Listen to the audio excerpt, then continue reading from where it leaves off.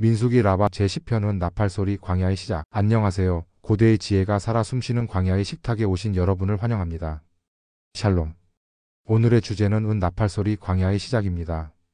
오늘 우리는 민수기 10편으로 여정을 이어가며 이스라엘 백성에게 주어졌던 두 개의 나팔과 시내 산을 떠나 본격적인 광야 여정을 시작하는 중요한 전환점에 대해 묵상하고자 합니다. 이 나팔은 단순한 소통 도구가 아니었습니다. 그것은 공동체를 소집하고 진영을 이동시키고 전쟁을 선포하는 하나님의 권위와 질서의 상징이었습니다. 시내산에서 율법을 받고 성막을 봉헌하며 자신들을 정결하게 했던 모든 준비를 마친 이스라엘은 이제 그 나팔 소리에 맞춰 하나님의 인도하심 속에 미지의 광야로 발걸음을 내딛습니다. 랍비들은 이 나팔 소리와 여정을 통해 공동체의 화합, 영적 각성, 그리고 하나님의 완벽한 질서와 인도하심에 대한 깊은 가르침을 발견했습니다.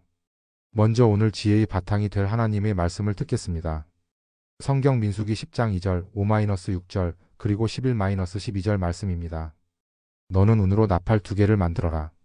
그것을 두드려서 만들고 그것으로 회중을 소집하거나 진영을 이동시켜야 한다.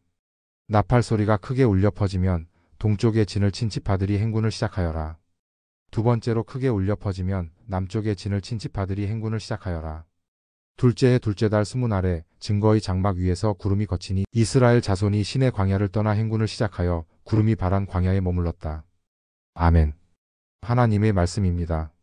하나님께서는 모세에게 은으로 만든 나팔 2개를 명령하셨습니다.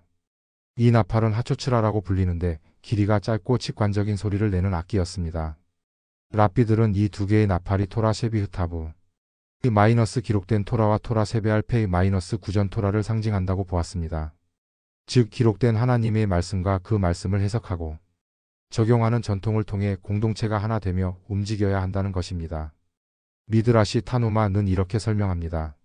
하나님께서 모든 이스라엘을 하나로 모으기 위해 2개의 나팔을 만드셨으니 한 나팔로는 흩어진 양떼를 모으고 다른 나팔로는 그들을 인도하는 목자와 같으니라. 나팔 소리는 명확한 의미를 가졌습니다. 나팔 하나만 불면 지도자들이 모였고 2 나팔을 불면 온 회중이 모였습니다. 길고 날카로운 소리는 진영을 이동하라는 신호였습니다. 랍비들은 나팔 소리의 이러한 명확성을 통해 공동체 안에서의 질서와 순종의 중요성을 강조했습니다. 나팔 소리가 불명확하면 누가 전쟁을 준비하겠는가?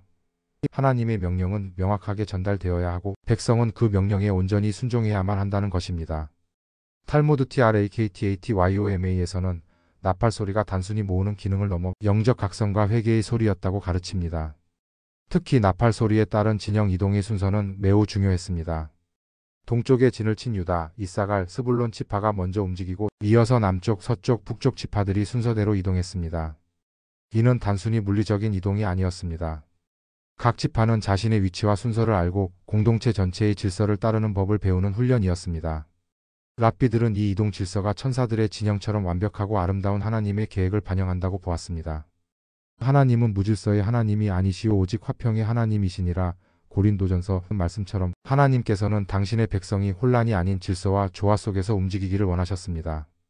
이스라엘 백성은 약 11개월 동안 시내산 아래에 머물며 율법을 받고 언약을 맺고 성막을 완성했습니다. 이제 모든 준비를 마친 둘째 해 둘째 달 스문날 구름이 성막 위에서 거치자 나팔 소리와 함께 그들은 시내 광야를 떠나 새로운 여정을 시작했습니다. 이 떠남은 단순한 지리적 이동이 아니라 영적 성장과 성숙을 향한 새로운 발걸음이었습니다. 랍비들은 시내산을 떠나는 것을 어머니의 품을 떠나는 아이에 비유했습니다. 보호와 양육의 기간이 끝나고 이제는 스스로 걸어가며 하나님의 말씀을 삶 속에서 적용해야 하는 성숙의 광야로 진입하는 순간이었습니다.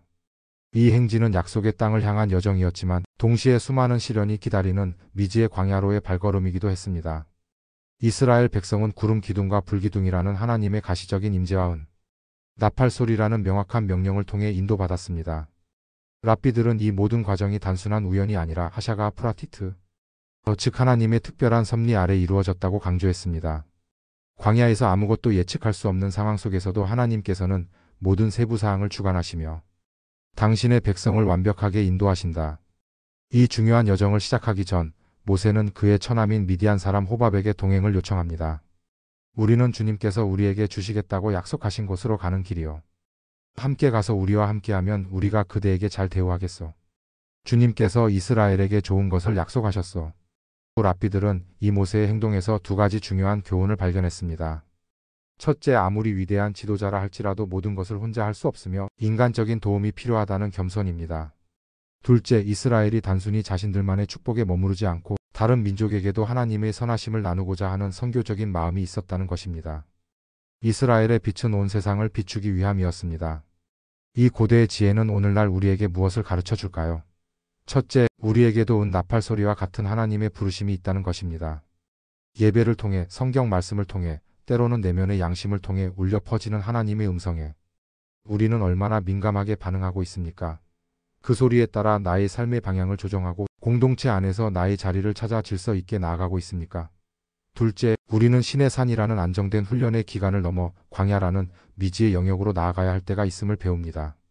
익숙한 곳을 떠나 새로운 도전에 직면할 때 우리는 오직 하나님의 인도하심만을 신뢰하며 담대하게 발걸음을 내딛어야 합니다. 이제 이 깊은 깨달음을 마음에 품고 함께 기도하는 시간을 갖겠습니다. 나팔 소리로 저희를 부르시는 하나님, 저희의 귀를 열어 주님의 음성을 듣게 하옵소서. 주님의 부르심에 온전히 순종하며 삶의 모든 여정 속에서 주님의 인도하심을 신뢰하게 하옵소서. 공동체 안에서 저희 자리를 찾아 겸손히 섬기게 하시고 세상의 빛으로서 주님의 선하심을 담대히 나누게 하옵소서. 미지의 광야와 같은 삶의 도전 앞에서 두려워하지 않고 주님의 인도하심만을 의지하여 믿음으로 전진하게 하옵소서. 우리를 온전한 길로 인도하시는 예수 그리스도의 이름으로 기도드립니다. 아멘. 사랑하는 여러분, 여러분의 삶 속에서 울려 퍼지는 하나님의 나팔 소리에 민감하게 반응하시기를 축복합니다. 그 소리에 순종하여 나아갈 때 비록 광야와 같은 길이라 할지라도 하나님의 완벽한 인도하심과 보호하심이 늘 함께 하실 것입니다. 여러분의 삶이 주님 안에서 참된 질서와 평안을 누리시기를 간절히 소원합니다.